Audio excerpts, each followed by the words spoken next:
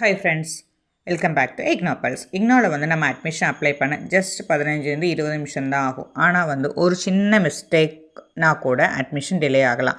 கரெக்ஷனுக்கு நம்ம திரும்ப வெயிட் பண்ண வேண்டியதும் வரலாம். இந்த வீடியோவில் இக்னோ அட்மிஷன் போர்ட்டலில் இருக்கிற ஒவ்வொரு பேஜ் பை பேஜாக எக்ஸ்பிளைன் பண்ணியிருக்கேன். எந்த பட்டன் கிளிக் பண்ணணும், எந்த டீட்டெயில்ஸ் ஃபில் பண்ணணும், எந்த மிஸ்டேக்ஸ் அவாய்ட் பண்ணணும்னு எல்லாமே ஈஸியாக புரிஞ்சிடும். ஸோ இந்த வீடியோவை ஸ்கிப் பண்ணாமல் பாருங்கள். சரி, நம்ம வந்துட்டு ஃபஸ்ட் என்ன பண்ண போகிறோம். ஃபஸ்ட்டு பேஜ் என்ன அப்படின்னா நியூ ரெஜிஸ்ட்ரேஷன்.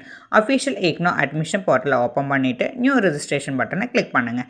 இந்த பேஜில் அப்ளிகண்ட்டோட name, mobile number, email ID, password, confirm password, captcha இதெல்லாமே ஃபில் பண்ணிவிட்டு சப்மிட் பண்ணதுக்கப்புறம் ஓடிபியை வெரிஃபை பண்ணிவிட்டு ஓடிபி வெரிஃபை ஆனப்போ அக்கௌண்ட் வந்துட்டு க்ரியேட் ஆகிடும். டிப்ஸ் என்ன அப்படின்னா வந்துட்டு இமெயில் ஐடியும் மொபைல் நம்பரும் பர்மனெண்ட்டாக யூஸ் பண்ணுறது தான் கொடுக்கணும்.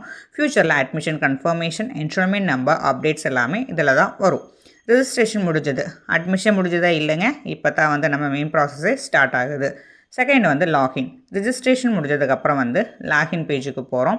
யூசர் நேமும் இமெயில் ஐடி பாஸ்வேர்டெல்லாம் கொடுத்துட்டு லாகின் பண்ணுறோம். அடுத்தது வந்து ப்ரோக்ராம் செலெக்ஷன். இங்கே தான் வந்து நீங்கள் படிக்க போகிற கோர்ஸு செலக்ட் பண்ணணும். அங்கே வந்து அட்மிஷன் சைக்கிள் ஜனவரி, ஜூலை, தென் ப்ரோக்ராமோட type, programme code, medium, English or Hindi. Eligibility கண்டிப்பாக செக் பண்ணணும். எக்ஸாம்பிள்ஸ்க்கு வந்து நீங்கள் பிஏ இருக்கலாம், BCom, any courses, diploma, certificate course கொடுக்கலாம். கோர்ஸ் செலக்ட் பண்ணும்போது ஒரு மிஸ்டேக் பண்ணால் லேட்டரில் செக் பண்ண சான்ஸ் ரொம்ப கம்மி. ஸோ இது ரொம்ப கேர்ஃபுல்லாக பண்ணுங்கள். ரீஜனல் சென்டராக இருந்தாலும் ஸ்டடி சென்டரால் எல்லாமே வந்துட்டு உங்களுக்கு நியர்பையாகவும் உங்களால் போயிட்டு வர முடிகிற மாதிரி ஸ்டடி சென்டரும் ரீஜனல் சென்டரும் உங்கள் இதுக்கு ஏற்ற மாதிரி செலக்ட் பண்ணிக்கோங்க.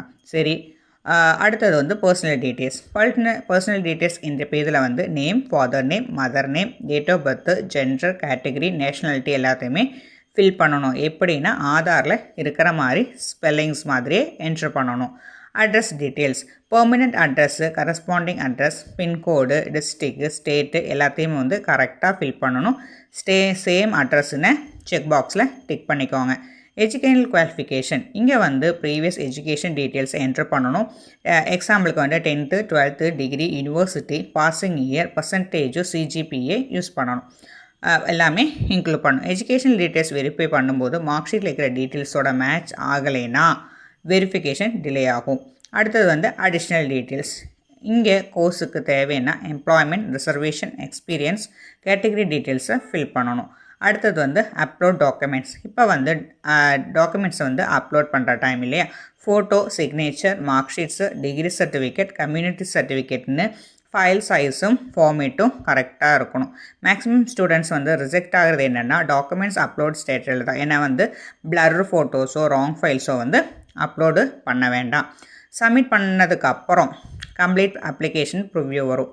டபுள் செக் பண்ணிக்கோங்க. Name, course, study centre, documents, mobile number, mail ID எல்லாம் கரெக்டாக இருக்கான்னு செக் பண்ணிக்கணும். ஃபீஸ் பேமெண்ட் எல்லாமே கரெக்டுனா ப்ரொசீட் டு பேமெண்ட்டை கிளிக் பண்ணுங்கள்.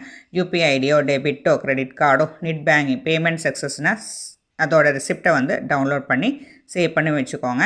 ரெசிப்ட் டவுன்லோட் பண்ண மறந்துடாதீங்க, ஃப்யூச்சரில் ரெஃபரன்ஸுக்கு ரொம்ப முக்கியம். பேமெண்ட்டு கம்ப்ளீட் ஆச்சு, அப்புறம் அப்ளிகேஷன் சப்மிட் ஆகும். அப்ளிகேஷன் நம்பரும் ஜென்ரேட் ஆகும். ஸ்க்ரீன்ஷாட் எடுத்து சேவ் பண்ணி வச்சுக்கோங்க. அட்மிஷன் ஸ்டேட்டஸ் வீக்லெஸ் வந்து லாகின் பண்ணிவிட்டு அட்மிஷன் ஸ்டேட்டஸை செக் பண்ணிவிட்டு சப்மிட்டடாக, அண்டர் ப்ராசஸாக, அப்ரூவ்டாக, கன்ஃபார்மானு பார்த்துக்கோங்க. அப்ரூவ்ட் ஆனதுக்கப்புறம் என்ரோல் நம்பர் ஜென்ரேட் ஆகும். ஃப்ரெண்ட்ஸ், இப்படி தான் வந்து இக்னோ அட்மிஷன் ப்ராசஸை பேஜாக கம்ப்ளீட்டாக ஒவ்வொரு பேஜும் கேர்ஃபுல்லாக ஃபில் பண்ணினா அட்மிஷன் ஸ்மூத்தாக வந்துட்டு நம்ம கம்ப்ளீட் பண்ணிடலாம். ஓகே ஃப்ரெண்ட்ஸ், நெக்ஸ்ட் ஒரு வீடியோவில் பார்க்கலாம். தேங்க்யூ.